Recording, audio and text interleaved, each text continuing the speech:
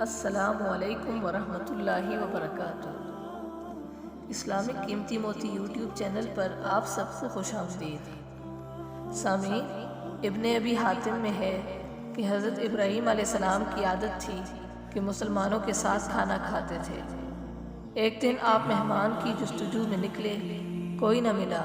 واپس آئے، گھر میں داخل ہوئے تو دیکھا کہ ایک شخص کھڑا ہوا ہے۔ پوچھا، اے اللہ کے بندے، تجھے میرے گھر میں آنے کی اجازت کس نے دی؟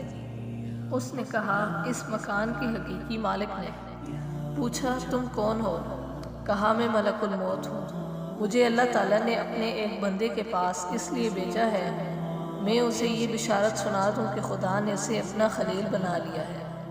یہ سن کر حضرت ابراہیم علیہ السلام نے کہا، پھر تو مجھے ضرور بتائیے کہ وہ بزرگ کون ہے۔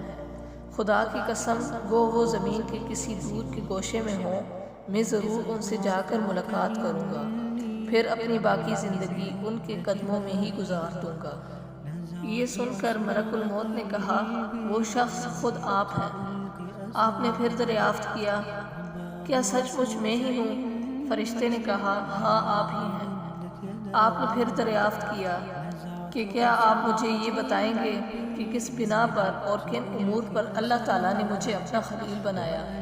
فرشتے نے فرمایا، اس لیے کہ آپ ہر ایک کو دیتے رہتے ہیں اور کسی سے خود کچھ طلب نہیں کرتے۔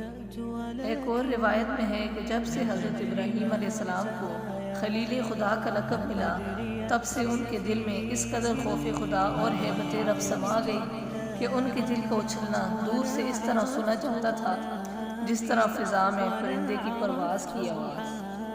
اگر ویڈیو اچھی لگی ہو تو ویڈیو کو لائک اور چینل کو سبسکرائب کریں تاکہ اسی طرح تمام نئی آنے والی ویڈیوز آپ تک جلد از جلد پہنچتی رہیں۔